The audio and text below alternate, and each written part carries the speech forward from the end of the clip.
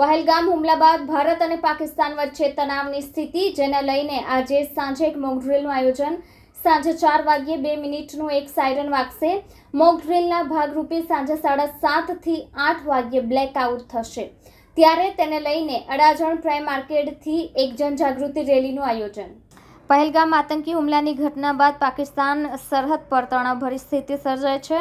પાકિસ્તાન તરફથી સતત સીઝફાયરનું ઉલ્લંઘન કરાઈ રહ્યું છે. ત્યારે દેશના સિવિલ ડિફેન્સ ડિસ્ટ્રિક્ટમાં આજે 7 મેના રોજ મોક ડ્રીલનું આયોજન કરાયું છે.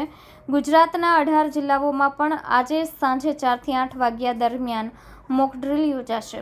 ત્યારે સુરતમાં પણ 3 જગ્યાએ આઈબીસી બિલ્ડિંગ, લક્ષ્મીપતિ એપેરલ અને હજીરા ઇન્ડસ્ટ્રીયલ એરિયામાં મોક ડ્રીલ યોજાઈ રહી છે. આ 4 કલાક દરમિયાન લોકોને યુદ્ધની સ્થિતિમાં શું કરવું તેની સમજ અપાશે. મોક ડ્રીલ દરમિયાન સાયરનો વગાડાશે અને સાંજે 7:30 થી 8 વાગ્યા દરમિયાન બ્લેકઆઉટ પણ કરાશે.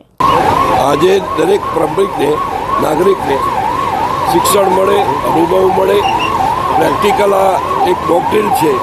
આ મોક ડ્રીલના મારફત નાગરિકો આપાતકાલમાં, કટોકટીમાં, કોઈ ઇમરજન્સીમાં કોઈ ઘટના ઘટે તો નાગરિકે શું કરવાનું, તંત્રએ શું કરવાનું, સમગ્ર સરકારી તંત્ર કેવી રીતે એલર્ટ રહે એનું એક આબોહિક વર્ણન, વ્યવસ્થા, પ્રેક્ટિકલ અનુભવ, જેને કારણે કોઈપણ આવનારી પરિસ્થિતિમાં પહોંચી વળીએ, નાગરિકોના જીવ બચાવી શકીએ, નાગરિકોને સલામત સ્થળે ખસેડી શકીએ. એટલે આજનું આ પ્રેઝન્ટેશન, એટલે આજનું આ મોક.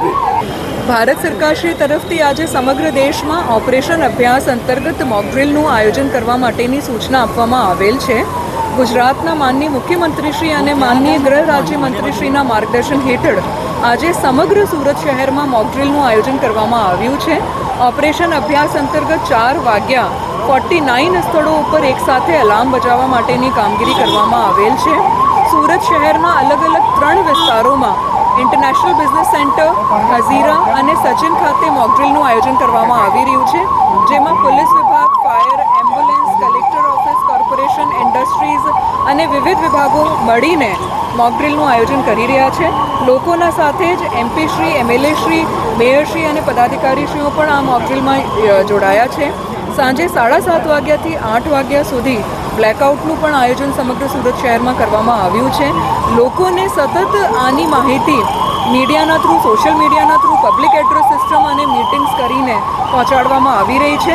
સમગ્ર મોક ડ્રીલમાં સુરત શહેરના લોકોનું ખૂબ સારું કોઓપરેશન છે અને લોકો આ મોક ડ્રીલથી ગભરાવે નહીં, પેનિક ના થાય, ફક્ત અને ફક્ત પ્રિપેર્ડનેસના ભાગરૂપે આ મોક ડ્રીલ કરવામાં આવી રહી છે, એવી હું લોકોને अपील પણ करूँ. आयोजन किया गया है.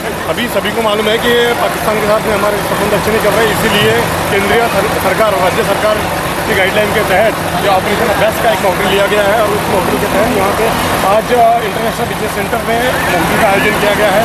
माननीय कमिश्नर श्री, माननीय कलेक्टर श्री के मार्गदर्शन में यह मोक ड्रिल लिया जा रहा है. इसमें सूरत महानगर पालिका म्यूनसिपल विभाग और पुलिस की संपूर्ण टीम, एसएमसी की टीम, ये सब इसमें कार्य कर रही है.